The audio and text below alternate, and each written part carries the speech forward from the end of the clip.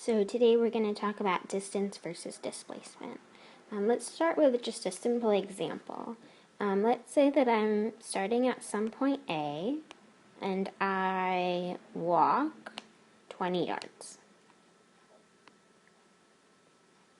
to some point B. Okay, so I would say, my total distance traveled is 20 yards.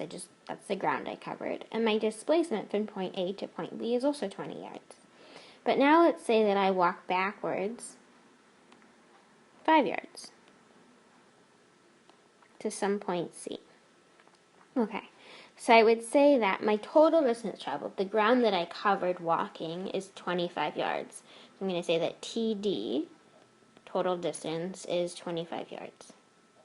However, my displacement, which really just considers the distance from my initial position, point A, to my final position, point C, is 15 yards.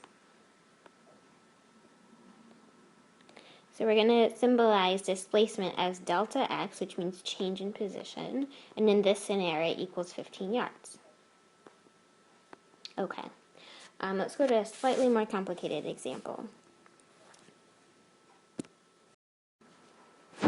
Okay, now let's say I drive 30 miles east from some point A, and then I also drive another 40 miles north to a point B. So I would say in my car I just covered a total of 70 miles. That's the total distance that I traveled. So TD is 70 miles. However, my displacement really only wants to consider my distance from my initial position, which is point A, to my final position, which is point B. So my displacement is this line here. And I can find that the length of that line by solving this right triangle. That ends up being 50 miles. You can find that using Pythagorean theorem.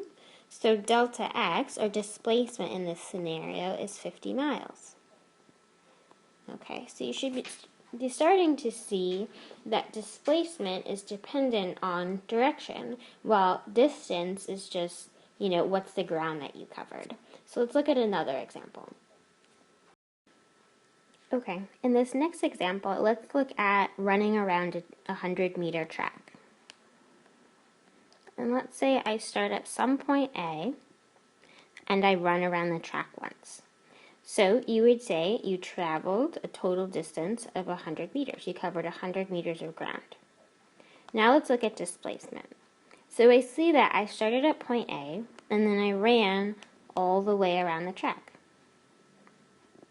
And I ended up right back where I started. So final position and initial position are the same. Therefore, displacement is 0 meters. I ended up right where I started. Okay, at this point, you should start to see that distance is independent of direction. When we talk about distance, we're just considering how far did we go. How much ground did you cover would be a better way of thinking about it. Well, displacement takes into consideration both distance and direction. So displacement is a vector quantity. It takes into consideration both the distance, which we would consider magnitude, and direction, while total distance, or distance traveled, just takes into consideration how much ground did you cover. It's a scalar quantity, so it just takes into consideration magnitude. So for the next few videos, we're going to take into consideration linear motion, which basically means that if I start at some point A, I'm traveling in a straight line along that point A. I can go, forward or backwards, but I'm not going like side to side.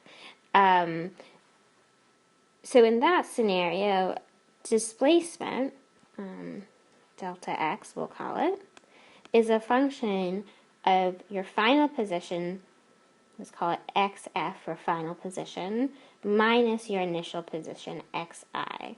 So let's say that, let's rename this point A as xi, your initial position, and you travel to some other point, xf. Your displacement, regardless of what you did in between, you could have, gone forward and then backward and then over here and then back to XF. Doesn't matter. Your displacement is just going to be a function of this final position minus your initial position. And that's all displacement is.